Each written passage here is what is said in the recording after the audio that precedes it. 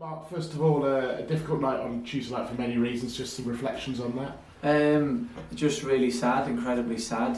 From myself, the players, the staff, everybody connected with Lincoln. Just a really, really sad night. So, you know, deepest sympathies to Derek's family, friends, loved ones.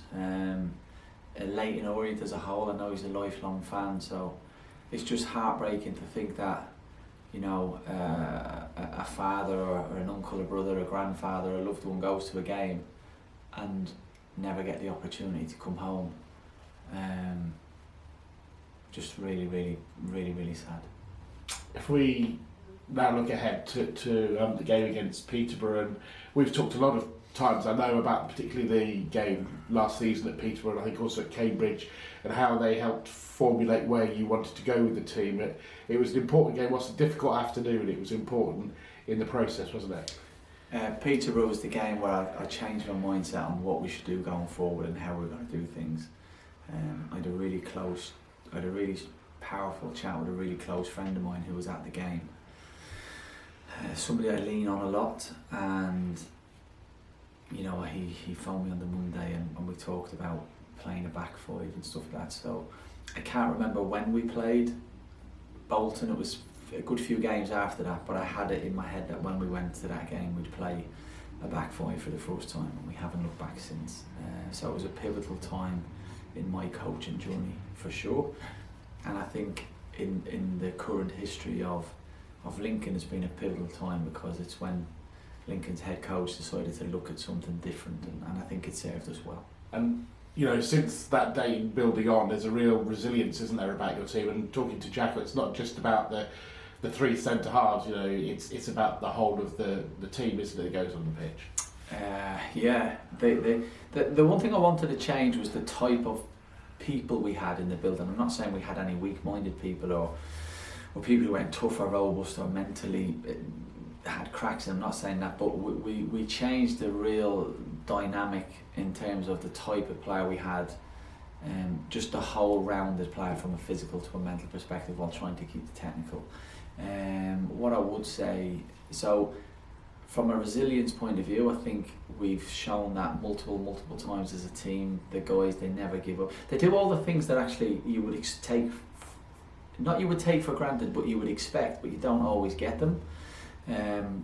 But I have to say, and the obvious one is our defenders, and Carl last year, Lucas this year. But actually, our first line of defence is the front line, and that's where that's where it really starts from. And you know, I grew up. I said this before. I grew up watching Ian Rush, you know, who was obviously the greatest centre forward of his generation, and one of the best defenders. And that's where it starts. It's a team effort. I keep equating it to a chain on a bike. You know, you might have a chain with 100 links. If one link breaks, the chain doesn't. The bike doesn't work. It's the same in football. And I think perhaps the two Ethans in midfield, particularly in a way, Ethan Hamilton, a great example of what you're talking about. You know, he's got the technique and the skills, but physically he's a more imposing figure as well. Yeah, and a real mental toughness about him, a real steel, a real leader. I went to watch Forest Green away last year against Accrington, because we were supposed to play Accrington, I think, on the Tuesday, Saturday, which got cancelled. And I loved him the minute I seen him. He really caught my eye, and he really worried me, actually. I was glad the game was called off.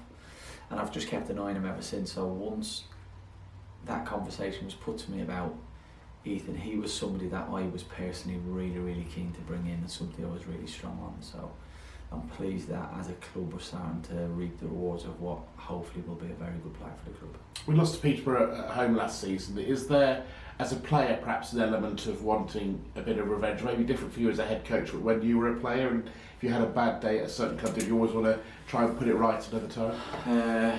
Not at you. I think revenge is a horrible word. I hate it. I don't use it, but I understand your question, so that's not at you at all, Michael. My biggest disappointment with Peterborough at home was, I think we played them in March. We were unbeaten at home, and we pretty much, for the first time since I've been at the club, it felt like we'd rolled over, and just Clark Harris got an outstanding first goal, which we know technically is exceptional. They played really well on the day. Darren's team was impressive, but talk about giving a team a victory. That was bitterly disappointing, especially because our record was so powerful. And if you do lose a game, there's a way to lose a game, and we lost it in the wrong way. And I don't kind of. Will it happen again? It probably will sometime, because that's life. Life's not utopian, it's not perfect, but I don't want to see that again for sure. Peterborough's opposition, they're one of the perennials, aren't they? Sometimes they're in the Championship, a bit like Rotherham at the moment, sometimes they're in the Championship, sometimes they're in League One, they're currently 6th in the table, and you just know going to London Road is going to be a tough one. Just everything about it. I've always been really impressed with the club, always been really impressed with the model, even as far back as when I played against them. Their recruitment's fantastic. They always recruit really talented footballing players. They have got a toughness and a steel about them, which I think Darren's teams exude. You see that all the time. Lovely brand, lovely style, tough place to go, well supported. Definitely one of the games of the season you look at and think you're excited about. It's a game you really look forward to it, but it's a game you go into knowing that over 46 games that's going to be one of your toughest games. And it's probably the closest thing that the fans have to a local derby, isn't it? It's not a Lincolnshire derby. We don't have any Lincolnshire clubs at our level at the moment, but it's the closest thing we probably have to a derby at the moment. Do you know what? I nearly said that when I spoke just in the last question. I thought I won't say because it's not quite a derby, but I understand what you're saying.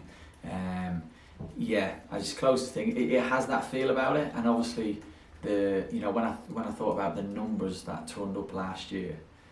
It was a game that really stuck with me for multiple reasons. I took a heavy defeat for the first time, not knowing what that was going to look like after the game. But I remember during the game, the fans just constantly singing the teams, the name, the club, and then going over to the fans after the game and just being like, kind of, what's going on here? That we got a standing ovation. It was quite humbling. So it was probably my first real understanding of what Lincoln represented and what the fans represented. It was quite early in the season. So we want to make sure that we're going, whenever we play a game, I always think, and I always reference the fans, like when you're going to the fans after the game, because we are going over to the fans win, lose or draw, you need to make sure that they give you something back, and if they give you something back, it means you've earned it. And that's something we discuss a lot, and that's the least we want to do on Saturday, and normally it means there's a result at the end of it. You've been easing, would be the phrase I would use, Danny back into sort of playing. Is he getting closer to being in a situation where he can play a full 90? Yes, he is, to answer your question. And in terms of any other injuries that you concerns that you can talk about, I'm presuming you're going to give me a flat pat on this, but any other issues? No, I'm not going to answer that. I understand your question, and I had myself and John at Portsmouth had a laugh after the game because he said, like, you killed me in your interview because you didn't really give it, and I was like, what? That was me you killed. I know he said, but John was saying they kind of watched it and he was like, just turn it off. Like, I'm never going to help Darren or anybody else. Like, he's not going to. I understand your question, but I'm never going to answer it. Apologies. That's fine. Hi, good afternoon, Mark. Hello. So looking ahead to Peterborough, what have you said to the players to motivate them to try and bounce back from defeat last time?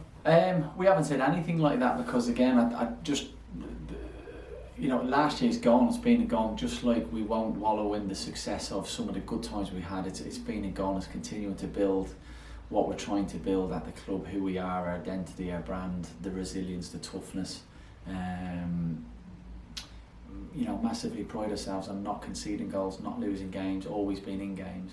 And Saturday will be the same kind of things we're trying to do. I think we've shown this year we're a lot more attacking. We've scored a lot of goals from around the team as well, so our numbers are pretty good. So it's not about overturning last year, or I know you haven't used the word revenge, but it's just another game of football against an outstanding team, an outstanding manager with some really good individuals. Absolutely. And how pleasing is it to see goals spread throughout the squad as well, with the recent injuries in the striker department as well? So the first part of your question, huge, because we really struggled with that last year, and it doesn't take a rocket scientist, but it was something I jumped on pretty quickly and identified, and we put back to the team. So this year it was really, really pleasing to see those numbers being shared out, particularly when I look at the lads at the back who've got the ability to score set pieces. It was really important we had wing backs who could add to that. and then also the new guys that have come in have added to that, and numbers of people coming on. I think all around the pitch, there's been a shift in where goals come from, how they come, and everybody playing their part, particularly around subs. Last year, we didn't really have impact from our subs, and that's not at any one individual throughout the team. I think up until we played Charlton in, I'm going to guess it was around March. Put that one on you, Michael. I know you're not looking at me. Yeah, something like that. We'd only scored 1 goal after 70 minutes, and it was not something I ever thought about going into it. I never got to 70 minutes and thought, bugger, we're not going to score a goal. By the end of the season, we fixed that, and very, very quickly this year we'd already amounted to a number of goals. So I think there's been a huge shift in where our goals come from, the times they come from, and the players. And when I look at other teams who are struggling in our league to score goals, it's pretty evident that they're not sharing them throughout the team. Sure. And then could you tell us about how Hakeeb Adelakan has grown into his role as forward as well? He's an incredible guy, so humble it's untrue, and you know, I get on really, really well with Hacks, but he's well within his rights to be potentially peed off for me, even though I haven't done anything wrong. But he's just come in and trained from day one, worked hard from the first day, ultimate professional. He's got undoubted ability. If you look at his career and his stats and making his debut so young, and the moves he had, we just had a conversation early last year which hadn't really changed. He deserves a huge amount of credit and plaudits for how he's conducted himself.